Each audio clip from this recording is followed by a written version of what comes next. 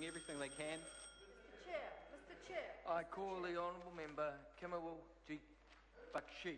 I move the question be now put. Mr Chair. No. I'm going to call the Honourable Ruth Dyson. Mr Speaker, I've been in the House listening to this bill since 20 to 6, and this is the first time that the chairperson of the House has acknowledged me in many, many times that I've taken a call. So congratulations, Mr Chairman. I'm very, very pleased about that.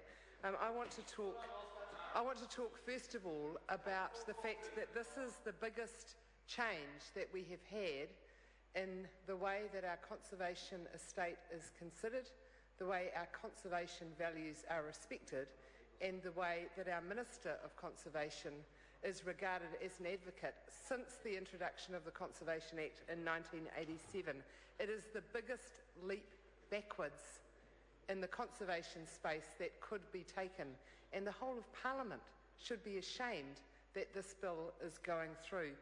One of the many things that we love about our country is the pride that we have and the care that we take of our public areas, our conservation estate.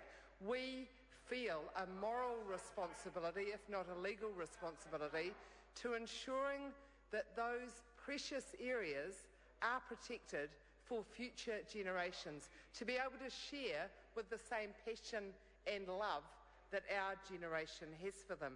This legislation now says we have a different regime.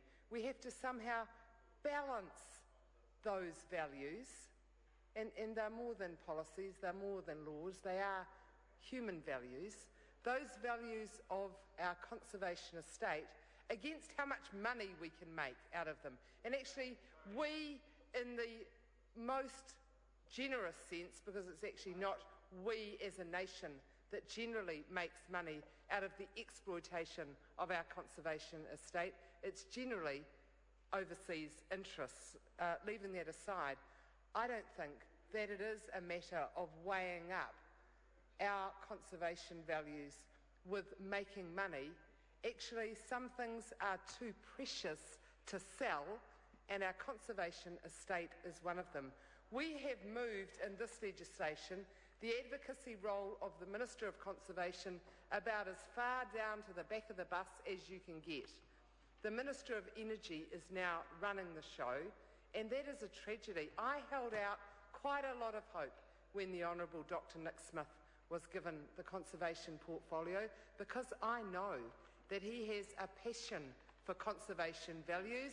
I have no idea what agreements he made in order to be restored to that ministerial portfolio, but I haven't seen any sign of his personal passion for conservation, let alone his advocacy skills, coming through tonight. And in the earlier contribution that the Minister of Conservation made, I actually thought that he was speaking on behalf of the Minister of Energy. Not one word did he say about the protection and advocacy for the conservation estate and the values that New Zealanders have held so dear for so long. Some things are just too precious. It is our responsibility to ensure that those precious parts of our country are maintained for future generations to enjoy, to be proud of, and for them in turn to maintain them for future generations. The National Party is walking away from that responsibility and putting in law an abdication of the supremacy of the decision-making power of the Minister of Conservation. This bill divides that decision-making role between the Minister of Conservation and the Minister of Energy. So we are now saying that the conservation values can be just trampled over. I think that is a huge shame for this Parliament, and I look forward to being in a Parliament that reverses that and restores the advocacy role and the primacy of conservation values in our legislation. Mr Chairman, I just want to briefly touch on another sadness that I felt tonight, and that was the immaturity with which both the Attorney-General and the Minister who was in the chair at the time, the Honourable Simon Bridges, referred to other contributors in the debate, But more importantly, because we do have the right of reply in this House, more importantly, the denigration that they subjected Dame Anne Salmon and Sir Geoffrey Palmer to, I don't think that that's necessary in this House, Mr. Chairman. Mr. Chairman. Mr. Chairman. I call the honourable member Mark Mitchell. That the question be now Mr. put. Chairman. Mr. Chairman. Mr. Chair.